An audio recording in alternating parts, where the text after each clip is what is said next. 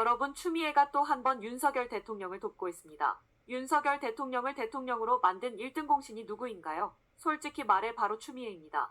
추미애, 문재인 그리고 조국, 이 세 사람이야말로 윤석열 대통령을 대통령으로 만든 숨겨진 공로자들인데요. 물론 이들이 윤 대통령을 의도적으로 돕기 위해 그런 행동을 한 것은 아니겠죠.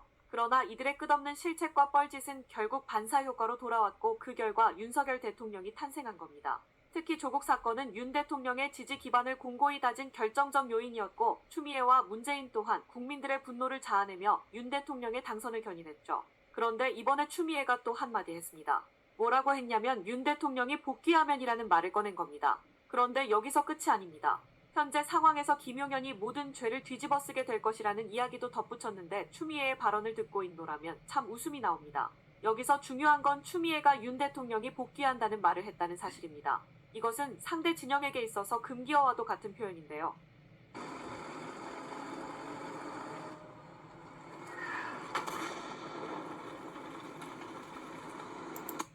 그들에게 윤 대통령은 내란의 수괴범이라 규정되며 그가 다시 정치의 중심에 설 가능성은 아예 없는 것처럼 몰아가고 있죠. 그런데 추미애는 그런 프레임을 뒤흔들면서 윤 대통령이 복귀한다는 가능성을 언급했습니다.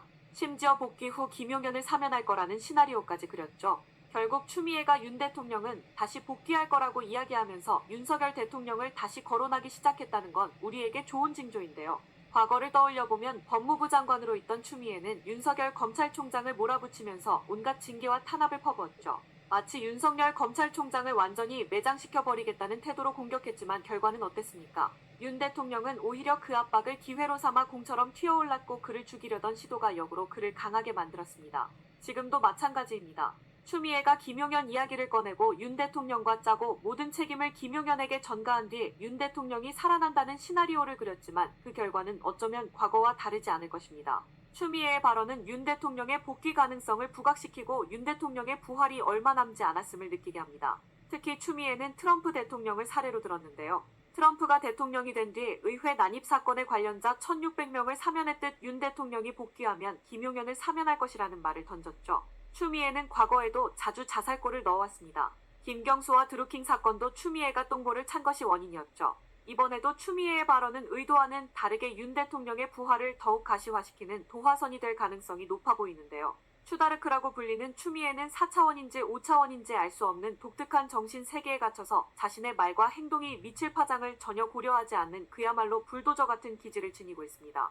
무식함이라고 해야 할지 앞뒤를 보지 않는 직진형 성격이라고 해야 할지 모르겠지만, 이런 기질 덕분에 오선 의원이라는 자리까지 올라갈 수 있었던 것이겠죠. 하지만 동시에 추미애의 이런 모습은 우리에게 항상 뜻밖의 선물 같은 결과를 안겨줍니다. 윤 대통령 복귀라는 말 한마디가 우리에게 얼마나 강력한 메시지를 주는지 생각해본다면, 추미애가 이번에도 윤 대통령의 부활 가능성을 무심코 언급한 것은 우리에게 또 한 번의 기회를 주는 셈이니, 이번에는 미의 공주라고 불러도 될 것 같습니다. 미의 공주 덕분인지 최근 윤석열 대통령의 지지율이 급상승하고, 특히 청년들이 깨어나면서 현재 정치 판도가 크게 흔들리고 있습니다. 민주당과 국민의힘은 물론 이재명까지 이 상황에 크게 당황하고 있는 모습인데요. 윤석열 대통령의 구속이 이어지는 가운데 지지율은 오히려 상승세를 타며 민주당 내부에서도 불안감이 감돌고 있죠. 이런 가운데 추미애가 윤 대통령의 복귀 가능성을 언급한 것은 반가운 일인데요. 하지만 윤석열 대통령이 복귀해서 김용현 전 장관을 사면해줄 필요는 없습니다. 어제 헌법재판소 변론에서 김용현 장관이 증인으로 나와 판을 완전히 뒤집어 놓았는데, 저는 이것이 단순한 재판이 아니라 대한민국 민주주의의 중요한 전환점이 될 수 있음을 실감했습니다. 어제 김용현 장관의 증언은 단순한 발언이 아니었습니다. 그의 증언은 탄핵재판의 결정적 변곡점이 될 만큼 강력한 진실의 힘을 보여줬습니다. 지금 좌파들이 기를 쓰고 김용현 장관과 윤 대통령을 이간질하려는 이유가 바로 여기 있죠. 대통령이 책임을 떠넘긴다느니 김용현 장관의 말이 바뀐다느니 하는 억지 주장은 명백한 허위 사실입니다. 김용현 장관과 윤 대통령 사이의 신뢰는 굳건하며 그들은 진실을 밝히고자 하는 단 하나의 목적만을 가지고 있는데요. 좌파들이 아무리 두 사람을 이간질하려 해도 진실은 흔들리지 않습니다. 좌파들이 말을 맞춘 것 아니냐고 떠드는 것은 더더욱 말이 되지 않는데, 구속 상태에서 어떻게 말을 맞춘다는 것입니까? 더구나 그들의 증언은 이미 객관적 진실과 일치하고 있습니다. 김용현 장관의 진술은 처음부터 일관되었으며, 좌파들이 주장하는 말 바꾸기는 그저 수사 기록을 억지로 왜곡하며 꼬투리를 잡으려는 시도일 뿐이죠. 중요한 것은 증언 자체입니다. 증언에 의해 밝혀진 진실은 수사 기록으로 왜곡될 수 없는 본질인데요. 좌파들은 이번 계엄을 실패라고 몰아세우고 있지만 이는 사실과 다른데 이번 계엄은 실패한 것이 아니라 오히려 예상보다 빠르게 끝난 것일 뿐이죠. 그리고 그 과정에서 대통령은 국회의 폐악질을 국민들에게 알리는 데 성공했습니다. 이것이 바로 이번 계엄의 가장 큰 성과인데 국민들은 점점 더 진실을 깨닫고 있으며 그 결과 대통령의 지지율이 폭등하고 있습니다. 또한 부정선거 문제를 대형 이슈로 끌어올린 점도 매우 중요한 성과이며 실패한 계엄이라는 주장은 사실 왜곡에 불과합니다. 김용현 장관의 증언 중 가장 중요한 것은 최상목의 장관 쪽지와 관련된 내용입니다. 좌파들은 쪽지 작성자가 누구냐는 문제를 부각시키지만 본질은 쪽지 내용에 아무런 문제가 없다는 사실인데요. 쪽지 내용은 오히려 국회의 비효율적 예산 운용을 바로잡고 국가를 정상화하기 위한 방안을 담고 있습니다. 좌파들이 국회를 해산하려 했다는 음모론을 펼치는 것도 황당합니다. 국회 해산권이 없다는 것을 그들 스스로도 알면서 왜곡을 반복하는 이유가 뭘까요? 지금 논란이 되고 있는 긴급 재정경제명령이나 계엄 관련 포고령에 대한 이야기를 보면 헌법적 기초와 실제 목적에 대해 잘못된 오해와 선동이 너무나도 많습니다. 우리 헌법에 따르면 대통령에게는 세 가지 비상 권한이 주어지죠. 계엄 선포권, 긴급명령권 그리고 긴급재정경제명령권입니다. 이 중 긴급재정경제명령은 국회 예산안을 재조정하거나 비상상황에서 국가의 재정을 안정시키기 위해 반드시 필요한 권한으로 법적으로 전혀 문제가 없죠. 국가 비상 상황에서 예산을 새로 짜야 하거나 재정을 조정해야 할 경우 대통령은 긴급명령을 발동하여 이를 실행할 수 있습니다. 이번 사안에서도 기획재정부 내에 TF를 구성하여 필요한 조치를 수행하는 것은 헌법에 명시된 권한에 기반한 정상적인 절차인데요.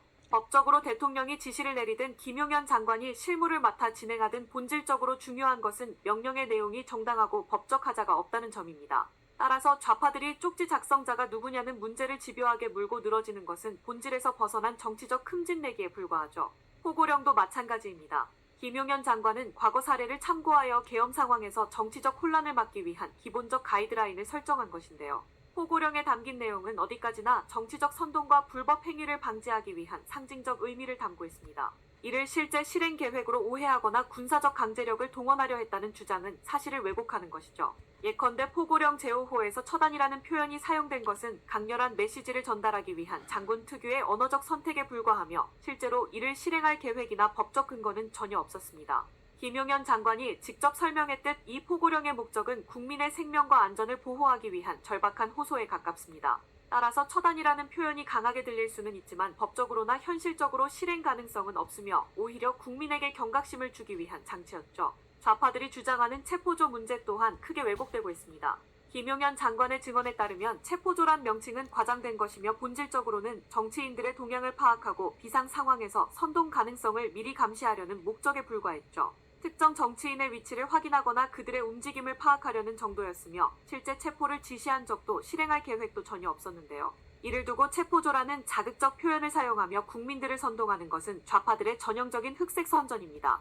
좌파들은 이번 계엄과 긴급명령을 실패로 몰아가려 하며 정치적 목적으로 진실을 왜곡하고 있습니다.